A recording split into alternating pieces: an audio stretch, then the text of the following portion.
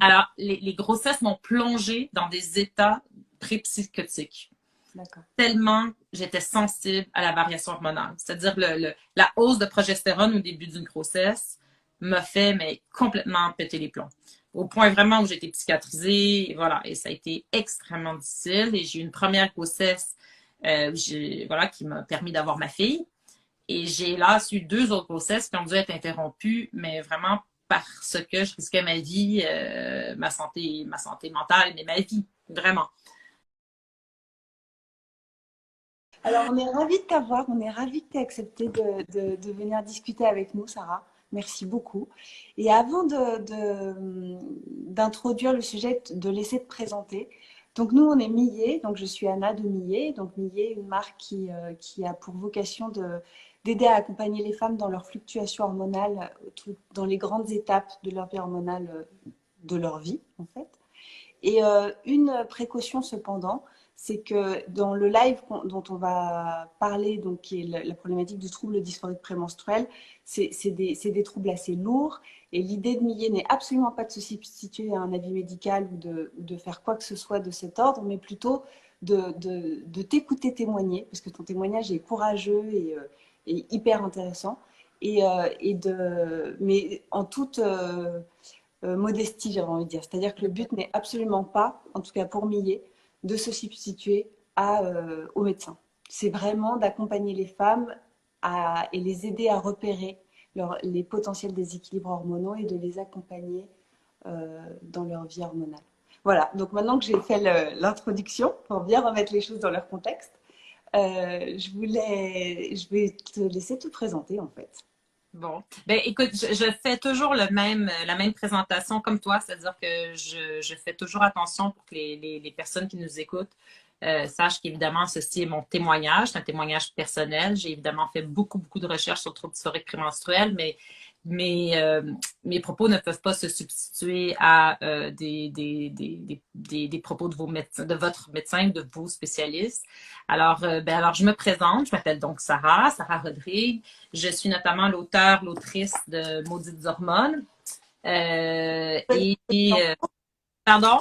Qui va bientôt être disponible en France. Alors, il était disponible et présentement, alors je le dis, la distribution est en suspens en France parce qu'on est en train de négocier peut-être une possibilité, un contrat avec un éditeur français. Donc, pour l'instant, toutes mes amies françaises qui voulaient se procurer et la plus grande communauté de Maudites hormones qui voulaient se procurer, ben, en France, doivent attendre. Mais je vais vous tenir au courant parce que j'ai vraiment hâte de pouvoir le distribuer et pouvoir partager encore plus avec la communauté en France. Je peux le dire dans ma présentation, je suis moi-même à moitié française, c'est-à-dire que ma mère est française, mes origines sont françaises. J'ai moi-même passé beaucoup de temps en France, étudié en France. J'ai marié un Français. J'ai pas fait exprès, mais ça a été, voilà, ça s'est passé comme ça. Donc, j'ai évidemment un attachement profond pour la France, pour la francophonie, évidemment, de façon générale.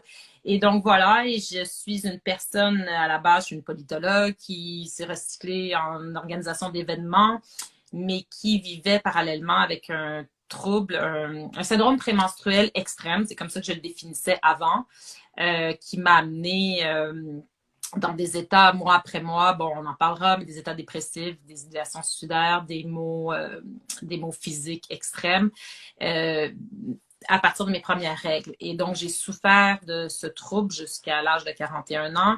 Et j'ai découvert à travers mes recherches, ma quête de guérison, que je souffrais de ce qui s'appelle un trouble dysphorique prémenstruel. Donc, l'une des choses que j'ai voulu faire, c'est d'écrire mon récit pour le partager de façon la plus transparente possible parce que je sais qu'on est nombreux. Je sais aussi que c'est une France qui est terrible, qu'on vit souvent très seul. Et c'est surtout un étudié qui est très... Puis de façon générale, je le dis, mon livre aussi traite de troubles dysphoriques prémenstruels et je dois préciser d'endométriose parce que je souffrais aussi d'endométriose. Le livre s'adresse de façon générale aussi à toutes les femmes qui vivent des souffrances hormonales dans la mesure où de façon générale, puis je pense que devais être assez d'accord avec ça, et je sais qu'en France c'est le cas, il y a très peu d'études de façon générale sur les questions hormonales, très peu de solutions qui sont apportées. Le corps médical semble avoir abandonné cette discipline, donc on est un peu obligé, nous, de pallier par de la sensibilisation, parce que vous faites, voilà, de se prendre en main finalement, et ça a été une des façons pour moi de cette initiative de ce livre, mais aussi je suis devenue blogueuse, voilà, j'essaie de sensibiliser le plus possible et d'aider comme je peux les femmes qui vivent et le trouble dysphorique prémenstruel ou l'endométriose ou d'autres troubles hormonaux, mais à ma façon, c'est-à-dire, encore une fois, je ne suis pas un médecin, mais je pense que j'ai des informations et des partages intéressants. Voilà. D'accord. Bah, écoute, merci pour cette introduction. La première question que j'ai envie de te poser, c'est en quelques mots, c'est quoi un TDPM, ce qu'on appelle trouble dysphorique prémenstruel? Alors, le trouble dysphorique prémenstruel, c'est un diagnostic qui est posé. Et alors, il y a très peu encore d'études qui peuvent confirmer, disons, la cause exactement, mais ce qu'on constate à la base, c'est qu'un trouble dysphorique, j'ai de la difficulté maintenant à le dire pourtant, le trouble dysphorique prémenstruel est causé, serait causé, on va dire, par une extrême sensibilité aux fluctuations qui, elles, sont normales, c'est-à-dire une réactivité de notre cerveau aux fluctuations qui sont normales, donc les fluctuations hormonales qui seraient normalement, bien évidemment, qu'on vit au début de nos règles, au niveau du cycle menstruel, à la grossesse, après la grossesse, ça peut être à l'allaitement. Donc, des variations qui sont toutes normales, entre guillemets, encore une fois. Les personnes qui ont le trouble dysphorique prémenstruel le ressentent à des millions de pourcents. Et donc, c'est l'équivalent d'un syndrome prémenstruel, mais sous stéroïdes. Ce qui veut dire que la majorité des femmes qui en souffrent vont souffrir de dépression à tous les mois, souvent d'idéation suicidaire, de tristesse, d'irritabilité, de perte d'intérêt, de perte de concentration, difficulté à simplement se lever le matin. Après, il y a les maux physiques. Alors, généralement, ça vient avec des maux de tête, avec des maux oculaires, avec des douleurs articulaires. Bref, je peux continuer comme ça. Puis, je pense que de façon générale, les femmes qui ont un syndrome prémenstruel peuvent déjà avoir une idée, voilà, des symptômes. La différence avec le trouble dysphorique prémenstruel, c'est que ça nous amène, souvent à plusieurs journées. Alors, moi, exemple, je souffrais 10 jours par mois de symptômes qui étaient complètement incapacitants. C'est à peu près le nombre de jours dont parlent les femmes. Et la différence aussi, c'est le degré, c'est l'intensité, en fait, des symptômes qui a un impact majeur dans notre vie au point de nous empêcher de fonctionner. Voilà. C'est la grande différence entre un syndrome prémenstruel qui n'est pas à sous-estimer non plus, soit dit en passant, parce qu'on peut extrêmement souffrir d'un syndrome prémenstruel, mais dans le trouble dysphorique prémenstruel, il y a un petit peu l'intensité qui est un peu, qui est un peu soutenue, plus soutenue, en tout cas beaucoup plus soutenue, je devrais dire. Voilà. Et c'est un symptôme qui est reconnu pour l'instant en psychiatrie. D'accord, ça relève de la psychiatrie. Pour l'instant, oui. C'est-à-dire que le seul diagnostic qui existe présentement, c'est dans le manuel des troubles, alors manuel statistique qui est des diagnostics des troubles mentaux. Il y a l'OSM, l'Organisation de la santé mondiale, qui a reconnu enfin le trouble dysphorique prémenstruel, mais c'est le seul endroit où on trouve même la mention du trouble dysphorique prémenstruel, c'est effectivement en psychiatrie. D'accord. Ouais, voilà. On va aborder ça sur la question du parcours de soins et de la spécialité sur laquelle de quoi ça dépend en fait, voilà. La spécialité médicale. Et mais d'abord, je voudrais revenir en arrière sur pour toi, combien de temps il a fallu pour diagnostiquer clairement le trouble? Alors, je dirais 20 ans. 20 ans. Ouais, pendant 20 ans. Alors, ce qu'il faut imaginer, c'est qu'évidemment, ça commence généralement soit au moment des règles. Comme moi, ça a été directement, première règle, il y a quelque chose qui clochait clairement. Mais évidemment, comme toute jeune femme qui commence ses règles, ben, on n'est pas au courant. Tout est nouveau pour nous. Donc, on ne peut pas comparer une normalité, entre guillemets. Donc, moi, je sais a posteriori qu'évidemment, dès mes premières règles, il y a quelque chose qui n'allait pas.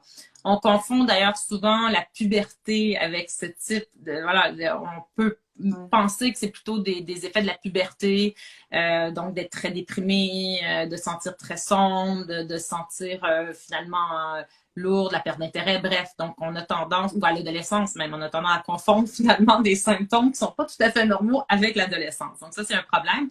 Mais dans mon cas, ça a commencé dès mes premières règles, où à chaque mois, donc 2 semaines par mois, j'étais la Sarah, joyeuse, heureuse, avec évidemment tout ce qui vient avec ma personnalité, les aléas de la vie, etc. Mais du jour au lendemain, je tombais dans un trou, dans un puits. Du jour au lendemain, à tous les mois. Mais je ne savais pas ce que j'avais. Donc, ça a commencé dès mes premières règles, mais chez certaines femmes, souvent, c'est à des moments, souvent après les grossesses, on remarque. Donc, après des moments assez marqués au niveau du changement hormonal, au niveau de la fluctuation, c'est comme s'il y a un petit déclencheur et beaucoup de femmes le remarquent que c'est après leur premier, deuxième enfant ou au moment voilà, du postpartum ou au moment de l'allaitement ou souvent, c'est quand il y a un petit déclencheur au début des règles ou après la grossesse qu'on constate que il y a un souci. Voilà, moi, ça a été ça, puis ça a pris 20 ans. Puis quand je dis 20 ans, ça a été 20 ans de recherche quand même, parce que je suis quelqu'un d'assez acharné. Et je souffrais tellement qu'il fallait que je trouve une solution que j'ai quand même cherché et vu à peu près, je dirais, une cinquantaine de spécialistes à travers ma vie avant de trouver une solution. Et dépenser l'équivalent d'une retraite dorée aux Bahamas en supplément et en, en consultation privée et en... Ouais. Donc, c'est très long. En moyenne, c'est à peu près, je dirais, c'est ça à peu près. Et donc, j'imagine avec des traitements en fonction des spécialités. Donc, tu as dû voilà. avoir des contraceptifs, des antidépresseurs, enfin, vous avez tout essayé, j'imagine. En fait, j'ai tout essayé. Bon, quand j'ai eu au début de mes règles, on n'était pas encore la nouvelle génération des pilules contraceptives parce que ça a évolué, mais c'est à l'époque où de toute façon on donnait la pilule contraceptive à peu près en tout cas toutes mes amies, toutes mes copines. Je ne sais pas comment c'était en France, mais je sais que bon, je suis un peu plus vieille que toi, je crois. Mais je sais qu'à l'époque. Pas beaucoup, je pense. Moi, j'ai 39 ans. Oui, j'aime bien que tu réfléchisses aussi. Bon, 43, c'est bon. On est à peu près dans la même tranche d'âge. Je sais pas comment c'est en France, mais je sais que nous, les filles, les jeunes filles, alors, puis c'était pas que pour des raisons de protection, évidemment, au niveau de la grossesse, c'était vraiment pour les douleurs, voilà. Moi, j'avais des grosses douleurs, il faut dire aussi. Donc, j'ai vécu un peu le même cheminement pour l'endométriose. C'est juste que j'ai été malchanceuse. J'ai eu l'endométriose et le trouble dysphorique prémenstruel. Donc, j'ai pris alors toutes les sortes de boîtiers couleurs. Hein, il y avait toutes les sortes. Hein, on dirait qu'une compagnie sortait des pilules, des boîtiers à un nouveau nom à chaque mois. Donc, je les ai toutes essayées. Et donc, j'ai beaucoup essayé la pilule. Après, on est tombé sur des antidépresseurs, effectivement. Puis après, ben, je dirais que je suis allée dans le naturel. Parce que j'ai constaté qu'il n'y avait aucune amélioration au niveau des traitements pharmacologiques au moment où je les essayais. Et donc, ben, j'ai plongé à fond dans les changements alimentaires, dans les suppléments, après les chiro, les acupuncteurs, je ne peux pas tous les nommer, mais et ce que je dois dire, c'est qu'évidemment, ce processus-là m'a évidemment aidé. C'est-à-dire que ça m'a soutenu. C'est évident, puis je le dis, je crois que dans mon cas, j'ai pas trouvé la plante ou l'homéopathie ou la gélule de supplément qui m'a sauvée, en guillemets, mais c'est sûr que ça m'a aidé à renforcer mon système immunitaire, mon système nerveux et à calmer un petit peu parfois. Mais c'est sûr que ça n'a pas réussi à me guérir, entre guillemets, du trouble dysphorique prémenstruel, ni à soulager beaucoup mes douleurs. Mais le parcours que j'ai fait m'a quand même fait réaliser bon, le potentiel au niveau évidemment naturel.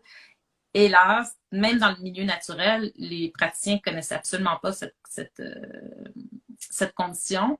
Et il faut dire qu'il y a quand même une différence entre le trouble dysphorique prémenstruel, je crois, et ça c'est mon hypothèse, qui est soutenue quelque part, mais bon, c'est mon hypothèse, c'est que la différence entre un trouble dysphorique prémenstruel ou un SPM même fort, c'est que dans un SPM fort, on va avoir plutôt on va constater le débalancement hormonal. Et on va pouvoir le soutenir grâce aux plantes et à d'autres traitements. Ben, pas traitement, je cherche pas le mot traitement, mais suppléments, exemple. Et on va effectivement constater qu'il y a un débalancement hormonal. Dans le trouble dysphorique prémenstruel, la difficulté, c'est une hyperréactivité dans le cerveau. C'est-à-dire qu'on ne constate pas de débalancement hormonal chez la femme qui a le trouble dysphorique. Il n'y a pas de déséquilibre. C'est la fluctuation hormonale qui crée... Voilà. Il peut en avoir un aussi. Ça ne veut pas dire qu'on n'en souffre pas, mais ça veut dire qu'à la base, c'est un peu ça la difficulté. Voilà, c'est un peu la difficulté. Voilà, c'est ce que je veux dire. Donc, voilà. Je sais pas, hein, je me suis lancée, puis je sais plus où on en était. Allô? Oui. Je t'ai perdu pendant 2 secondes, mais ça y est, t'es de revenu. Voilà. Donc, alors, voilà. Et donc, un jour, il y a un médecin qui a posé le diagnostic. Donc, ce médecin était psychiatre. Ouais, une psychiatre. Et alors, quel effet ça fait? Qu'est-ce qui se passe à ce moment-là? Quand enfin on te met un mot sur ce qu'on a? Ben, c'est sûr que c'est un monde qui s'ouvre, en fait. C'est comme une fenêtre qui s'ouvre où, enfin, on me laisse respirer.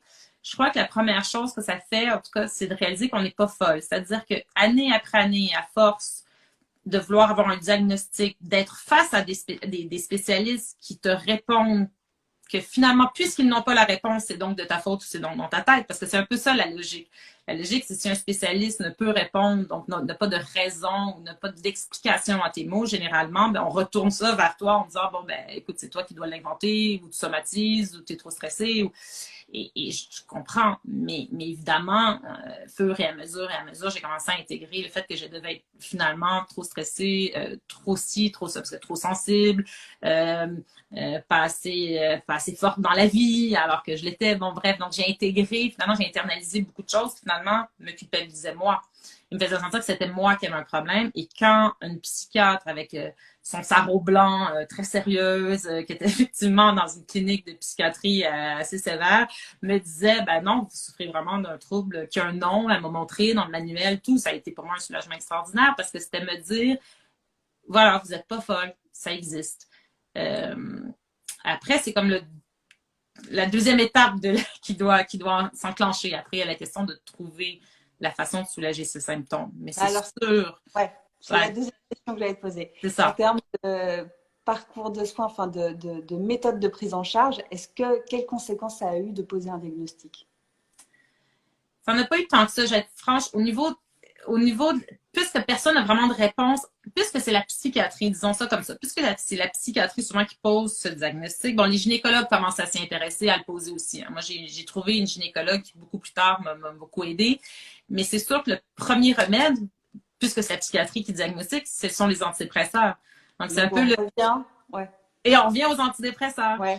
Parce que voilà, donc, mais on nous dit, ben voilà, il y a des nouvelles classes d'antidépresseurs. Mais il y a eu aussi des études quand même qui ont prouvé que pour certaines personnes souffrant du trouble dysphorique prémenstruel, les antidépresseurs peuvent avoir un effet. Dans mon cas, à part m'avoir empêché de couler, très clairement des moments très, très sombres dans ma vie parce que ça a un impact dans toutes les sphères de notre vie, ce trouble. Ça nous empêche de travailler, ça nous empêche d'être présent pour notre famille, ça nous empêche d'être présent auprès de nos amis.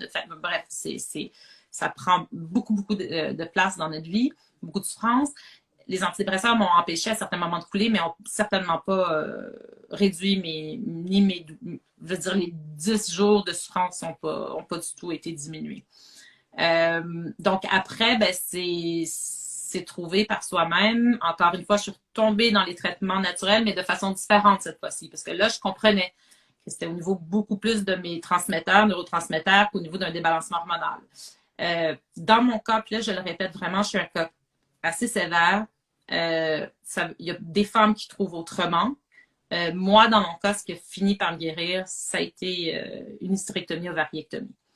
Donc, ça ne veut pas dire du tout qu'on est obligé d'aller jusqu'à ce dernier recours. C'est vraiment un dernier recours, hein, c'est quand même une grosse décision tout. Ce que ça veut dire, par contre, ça veut dire que voilà, il faut se faire confiance, il faut écouter ses symptômes, mais il faut les tester, les traitements. Euh, euh, mais je pense que de plus en plus... Même de mener l'enquête et de chercher les ressources qui leur font du bien, quoi. Voilà. Les moyens qui leur font du bien. Parce qu'il n'existe pas encore de traitement spécifique. Ouais. Et en plus, pour chaque femme, c'est particulier. Absolument. Ouais. Il y a un commentaire qui est passé, je ne sais pas si tu t'as vu, où il y a quelqu'un qui a dit, sur moi, on a posé le diagnostic de bipolarité.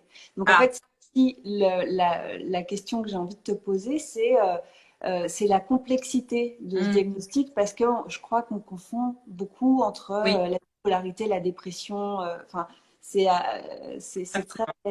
des méandres un peu compliqués à comment dire, à extraire, quoi. Oui, absolument. Ben oui, puis c'est étonnant parce que ben c'est pas étonnant Oui, en fait. c'est encore une étoile, oui. C'est moi. C'est sûr que c'est pas étonnant en fait, parce que c'est vrai que les symptômes peuvent se ressembler et je dirais que la majorité, je pense que, en tout cas, j'ai pas fait une recherche, pas un sondage précis, mais la majorité des femmes qui témoignent disent qu'elles ont aussi eu le diagnostic avant de bipolarité ou de dépression ou de troubles anxieux. Et je pense qu'on confond. je pense que c'est vraiment important de distinguer donc le trouble dysphorique prémenstruel, qui a des symptômes qui sont similaires à ceux, exemple, de la bipolarité, surtout dans le creux, au niveau du creux. Oui. C'est là. Mais la grande différence, c'est que le trouble dysphorique prémenstruel, et c'est pour ça que c'est important de tenir un journal, bon, je pourrais dire, mais pour diagnostiquer un trouble dysphorique prémenstruel, la première chose qu'on va vous demander, c'est de diagnostiquer, pas de diagnostiquer, de documenter, pardon, vos règles. Donc, tous les symptômes, chaque jour du cycle, noter ces symptômes et tout. Et donc, la différence, c'est qu'au niveau du trouble dysphorique prémenstruel, on va vraiment voir le parallèle avec le cycle menstruel. Au niveau de l'ovulation, dès qu'il y a l'ovulation, on sent que, oh, là, voilà. Alors À que, ce sujet-là, vas-y. j'interromps juste 2 secondes. Il y a un livre, je ne sais pas si vous voyez, c'est Psy non hormonal. C'est une médecin qui s'appelle Marion Gluck, qui est australienne, je crois. Ouais. Oui, elle est, et en fait, et qui a écrit un livre là-dessus, où elle met en parallèle, effectivement, où elle reprend des carnets de bord de femmes célèbres et elle met en parallèle les moments du cycle avec leurs humeurs. Enfin, c'est hyper documenté, Voilà. c'est pas mal. Et c'est primordial dans le diagnostic. Et c'est ce que des psychiatres ou psychologues font pas nécessairement. C'est-à-dire qu'il faut nous-mêmes, on ne constate pas nécessairement, ça semble con peut-être, mais même nous, ça nous prend des années à réaliser que c'est associé en fait. On parle de troubles dysphoriques prémenstruels, que notre humeur fluctue en fonction de notre ovulation et notre variation hormonale. On se dit qu'on est SPM, mais on se dit pas, on réalise pas à quel point on est collé à notre système hormonal au niveau cyclique. Alors qu'au niveau du trouble anxieux ou de la bipolarité, ça ne veut pas dire que vous ne souffrez pas non plus de troubles dysphoriques prémenstruels ou vice-versa, mais il n'y aura pas ce parallèle avec le cycle menstruel. On ne verra pas du tout ce même cycle qui est lié vraiment au déclenchement au niveau de l'ovulation, souvent là, à toute la période juste avant les règles. C'est un peu la différence, mais c'est sûr qu'on confond après les symptômes parce qu'ils se ressemblent beaucoup. Ouais, mais c'est marrant parce que quand on a interviewé beaucoup d'experts de tous bords et notamment des médecins, et parmi eux, il y avait un psychiatre qui disait, moi, je suis toujours étonnée de voir à quel point les femmes ne font pas forcément le lien Oui, entre leurs propres humeurs et leur état émotionnel oui, et le moment du cycle. Et en fait, l'idée qu'elles puissent changer d'humeur 2, 3 fois par cycle, en fait, c'est pas intégré par certaines femmes. Et en fait, plus tu t'observes en fonction oui. du moment, et plus tu t'apprends à, à caler ta vie, tes grandes décisions, les Ouais. moments où tu vas être plus sociable, etc., en fonction de ce cycle.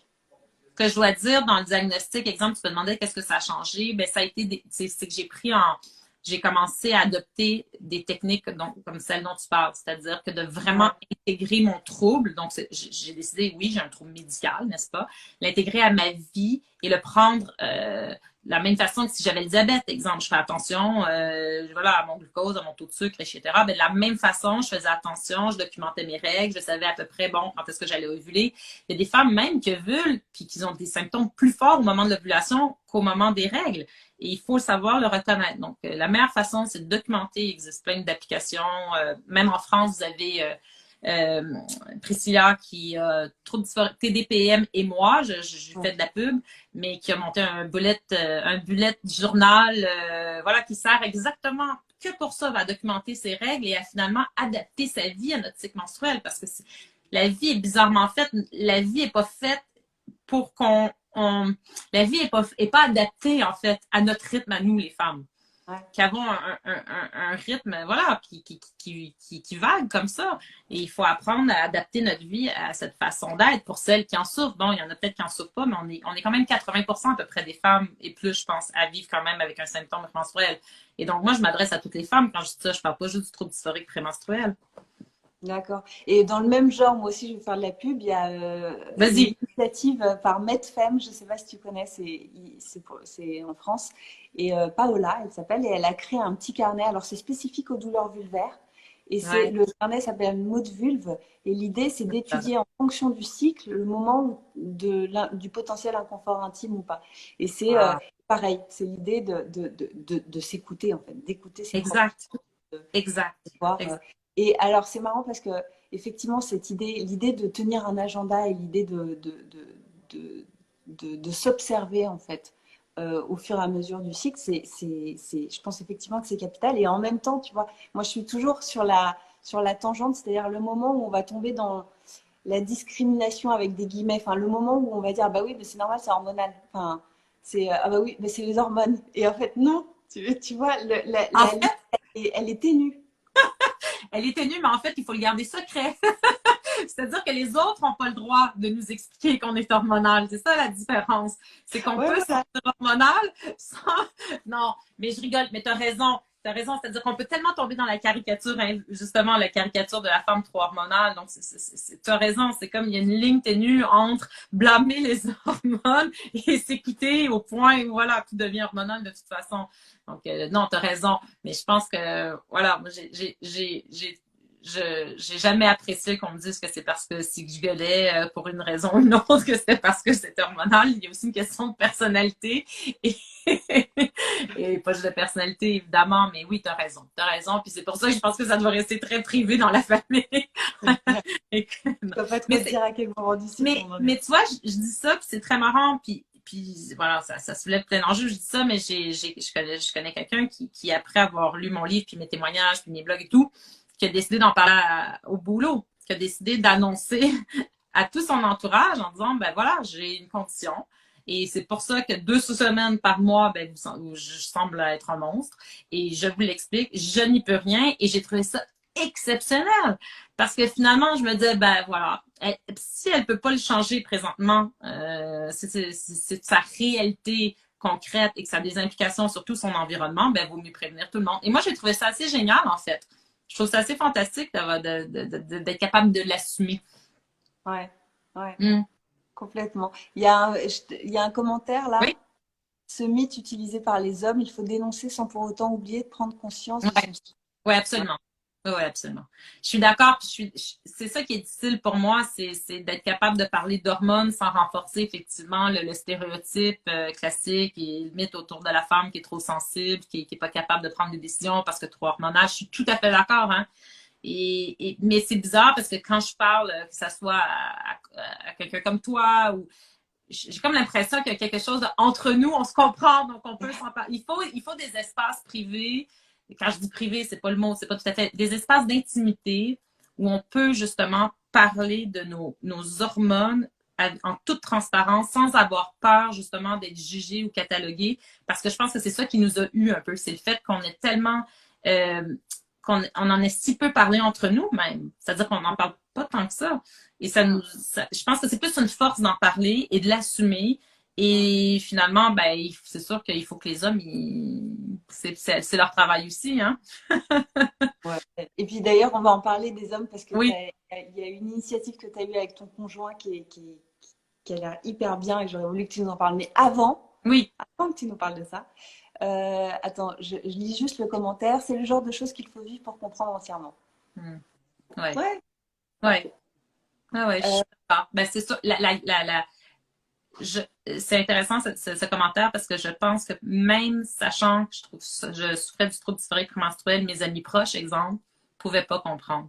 C'est-à-dire qu'il y a tellement un changement dans la personnalité et dans l'énergie de la personne qui souffre du trouble dysphorique prémenstruel, tellement soudain.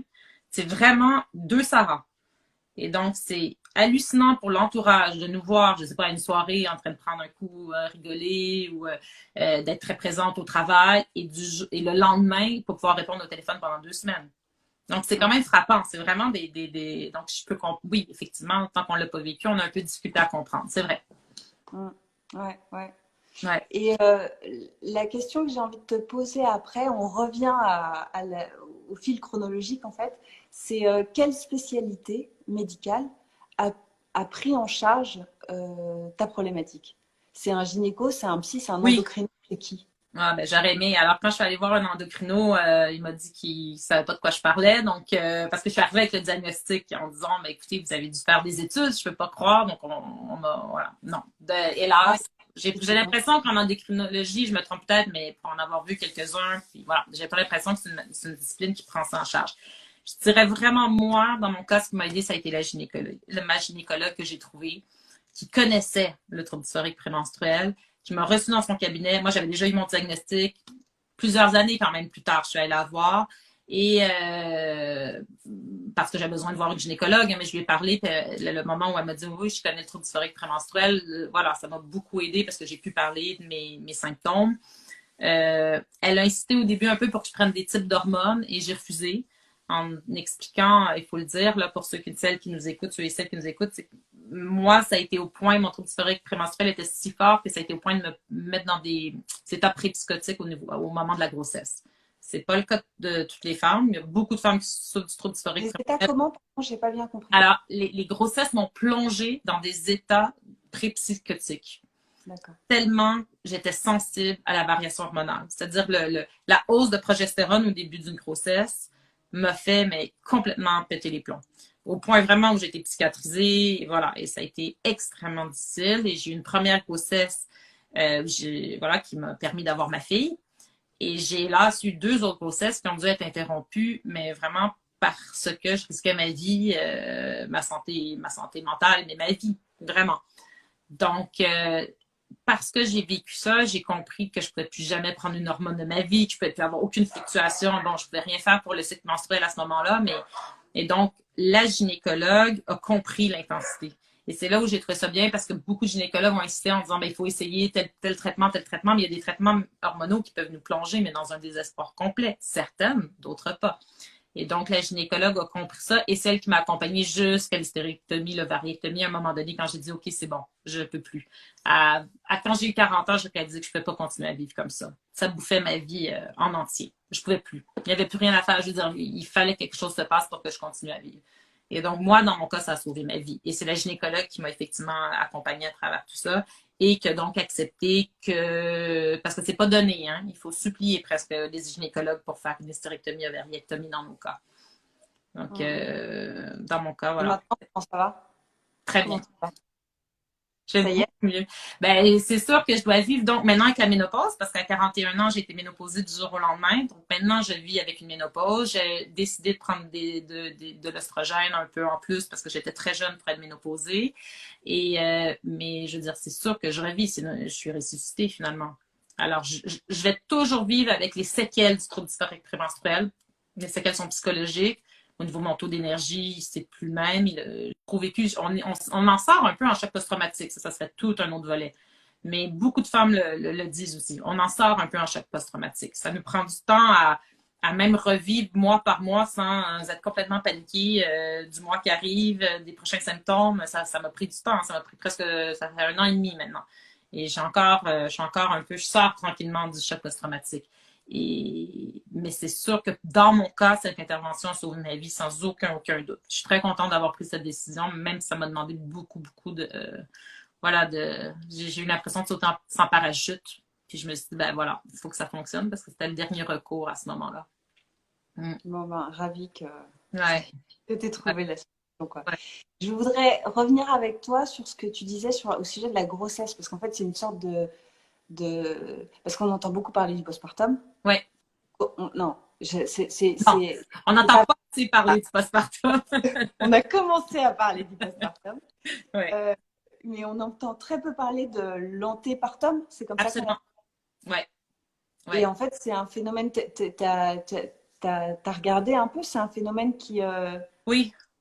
Ben là, c'est tout un autre chapitre aussi.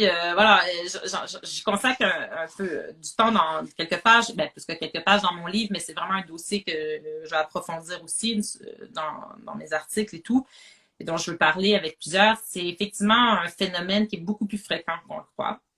Et en fait, je dirais, moi, selon moi, là, j'ai pas les chiffres, mais honnêtement, je pense que quand on commence à en parler, ça va être un peu comme le postpartum. Tout d'un coup, ça va commencer. Je sais qu'il y a un article qui est sorti à mon sujet il y a 6 ans, j'en avais parlé à une journaliste.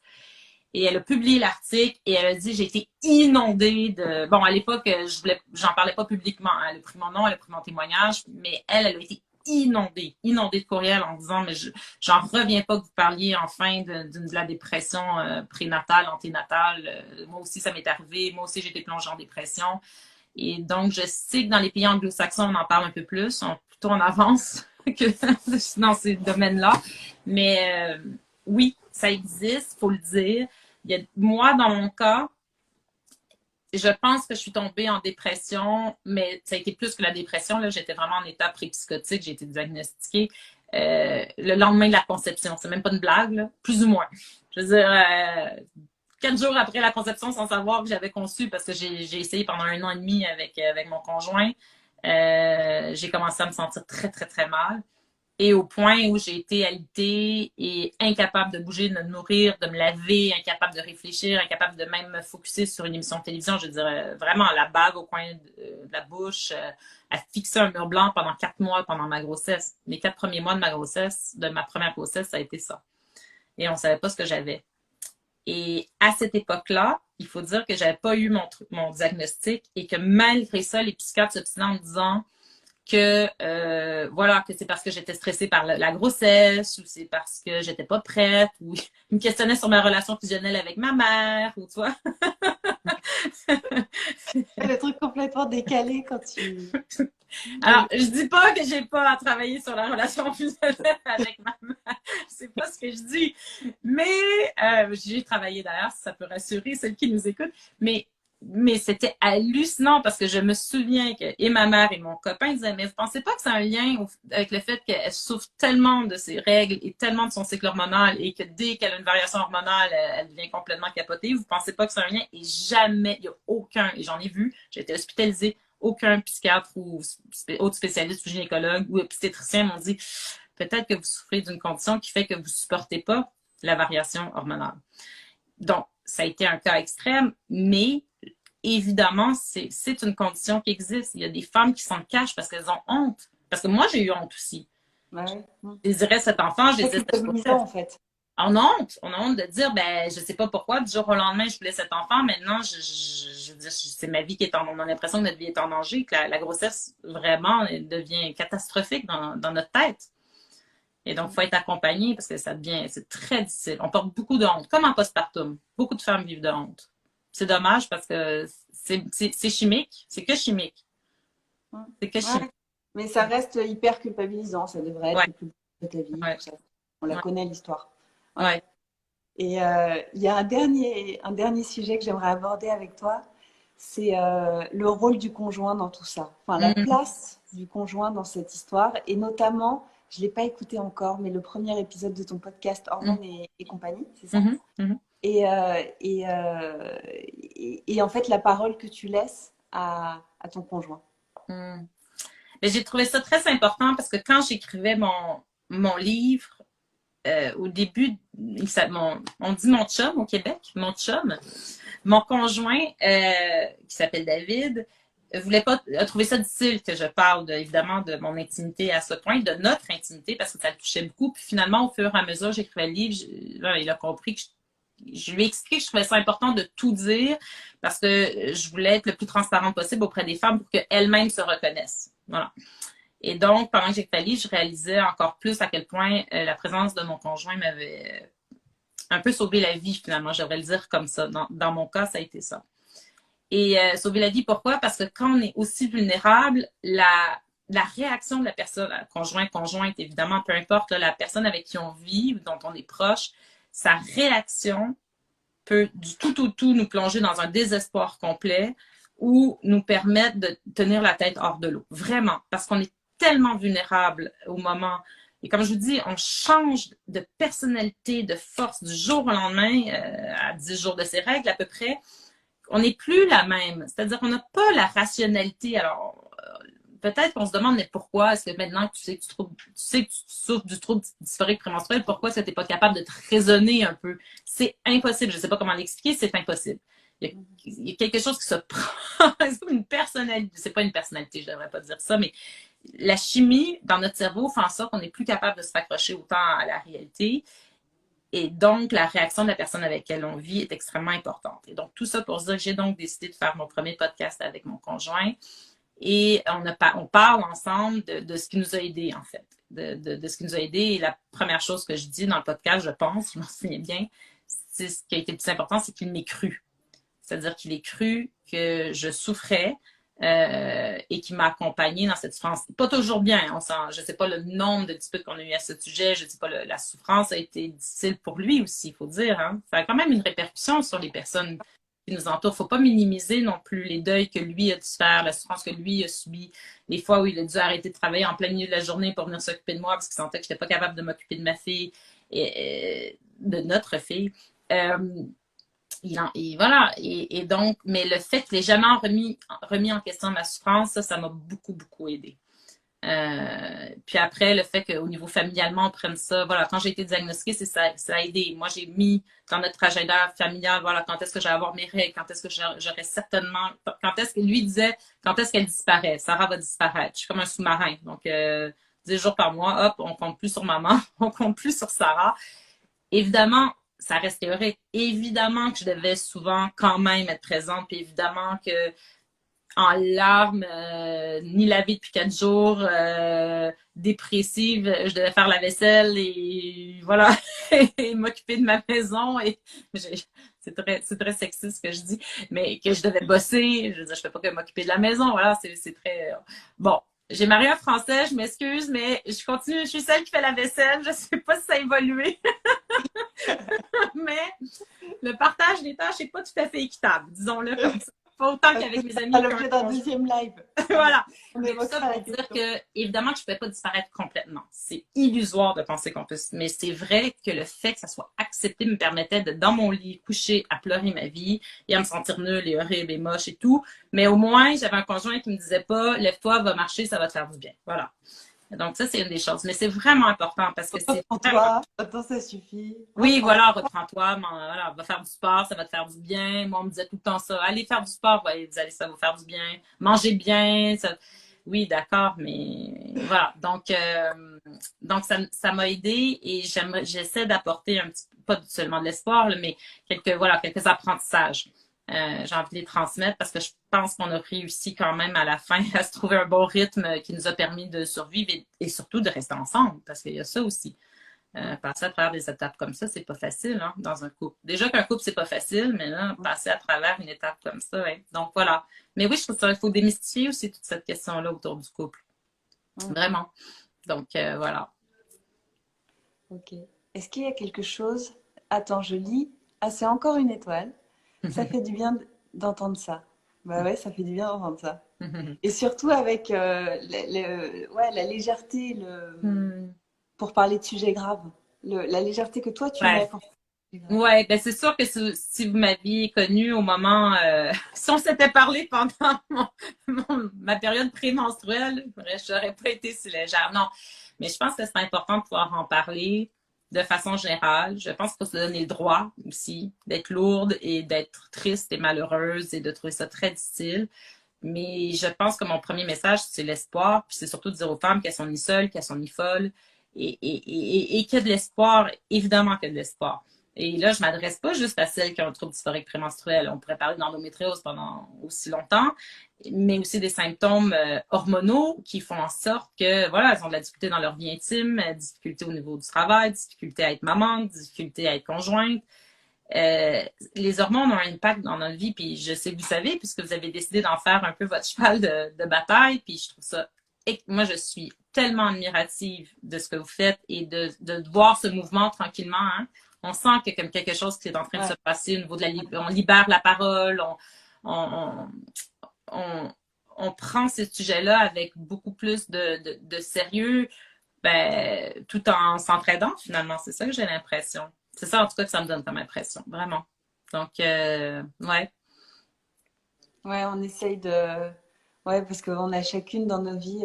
Ah, attends, je finis juste. On a effectivement chacune dans nos vies des moments particuliers, des syndromes prémenstruels compliqués, des Oui, postpartum un peu lourds, oui, etc., etc. Et toutes de façon hyper différente. Et effectivement, en parler et identifier, ne serait-ce que nommer, en fait. oui, Avant même d'en parler. Enfin, oui, la question, c'est être capable de le dire déjà. oui. C'est... Moi aussi, j'ai la sensation que la parole se libère là-dessus. Ouais. Et il y a une question, c'est est-ce que c'est génétique? Ah, on ne sait pas. La vraie réponse. Je pense que les études sont en train de faire ressortir qu'il y a une possibilité génétique, mais je ne veux pas me prononcer parce que les études sont pas assez concluantes pour l'instant. Il y a de toute façon pas assez d'études. Je vais y aller. J'ai le feeling que c'est génétique. Il n'y a pas d'études. Non. Ben, surtout pas dans le monde francophone, il n'y a rien, il y a rien. Il n'y a rien dans le monde Non. Il y a francophone. quelques. J'avais regardé un peu pour préparer le live, les études et notamment le bouquin que j'ai montré, là, il Hum, t'en cite quelques-unes, sur donc une étude en 2016 sur l'association entre pilules et dépression. oui, Une autre étude, donc celle-là, elle est américaine. Une autre étude danoise cette fois-ci entre pilule toujours et suicide, oui, etc., etc. Donc il se passe des choses sur la oui. question de. Beaucoup dans le monde anglo-saxon, c'est ce que je voulais dire. C'est beaucoup dans le monde Ouais, plus anglo-saxon. ouais, Évidemment, ça ne veut pas dire qu'il n'y a rien dans le monde francophone, puis justement, on est la preuve qu'il se passe des choses, mais au niveau de la recherche, pour dire si c'est génétique ou pas, je ne peux pas y répondre, mais je trouve ça tellement intéressant, l'association, les questions d'association avec la pilule. Ça aussi, il y a tellement de sujets dont il faut parler par rapport à la pilule, parce que ça a rendu malade beaucoup de femmes et qu'on avait peur d'en parler, parce que finalement, ça a été vécu comme une libération sexuelle, mais aussi, ça a apporté un lot de problèmes assez sévères chez beaucoup de femmes. Ouais. ouais. On va en parler des heures, mais oui. Est-ce qu'il y avait d'autres? Un sujet qu'on n'a pas abordé et que t'aimerais, quelque chose que tu aimerais dire. Ou pas, Écoute, hein. écoute, ben, s'il y a des questions, je me demandais s'il y avait des questions, surtout parce que j'essaie surtout de. Moi, comme tu as vu, je peux m'emballer, parler pendant des heures. Donc, je ne sais pas s'il y a des questions supplémentaires, mais non, vraiment. En fait, la chose que je peux rajouter, c'est l'importance de rester doux avec soi-même.